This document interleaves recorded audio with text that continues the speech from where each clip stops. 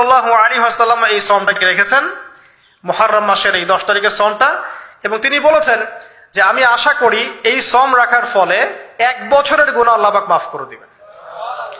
এবং একজন সাহাবী এসে জিজ্ঞাসা করছিলেন যে কোন মাসের রোজা রমাজান মাসের পরে সর্বোত্তম।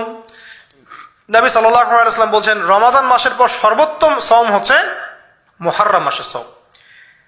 3-4টা বিষয় নবী সাল্লাল্লাহু আলাইহি ওয়াসাল্লাম কখনো ছাড়তেন না। ফজরের আগে 2 রাকাত সুন্নাত, মাসের 3 দিন রোজা রাখা আইয়ামে বীজের, তারপরে আপনার আরাফার সওম, এবং এই যে মুহররম মাসের সওম। এই সওমগুলো নবী সাল্লাল্লাহু আলাইহি ওয়াসাল্লাম কখনো ছাড়তেন না।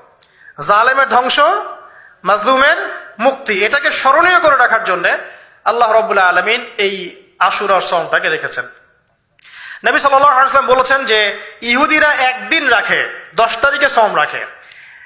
আমি যদি বেঁচে থাকি ইনশাআল্লাহ আগামী বছর 9 তারিখ বা তার পরে, একদিন আগে বা একদিন পরে আমি সওম রাখবো। কোন বর্ণনা এসেছে একদিন আগে 9 তারিখে সওম রাখবো। তো আমরা 2টো রাখার চেষ্টা করবো। কয়টা? 2টো, হয় 9-10 অথবা 10-11 ইনশাআল্লাহ। আশা করা যে 1 বছরের গুনাহ আল্লাহ পাক মাফ করে দেবেন ইনশাআল্লাহু তাআলা। এক মুহূর্তের মধ্যে, মানে এক দিনে পুরো ফেরাউন এবং ফেরাউনের যত সেনাবাহিনী আছে একদিনের মধ্যেই শেষ, পৃথিবী থেকে চিরবিদায়। আল্লাহ পাক এত চমৎকার করে কথাটা বলেছেন, কাম তারাকু মিন জান্নাতি ওয়া উয়ুন, তারা কতই না বড় বড় জান্নাত মানে বাগান এবং প্রস্রবণ পার হয়ে চলে গেল।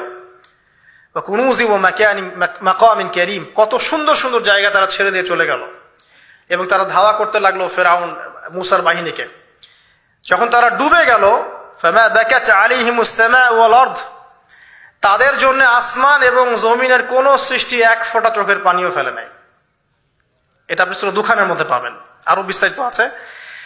তো এই যে ঘটনাটা ঘটেছে, এই ঘটনাটা ঘটেছে মুহররম মাসের 10 তারিখে। কয় তারিখে? এই হচ্ছে সেই ঘটনা যার স্মরণে আমরা মুহররম মাসের 10 তারিখে সওম রাখি।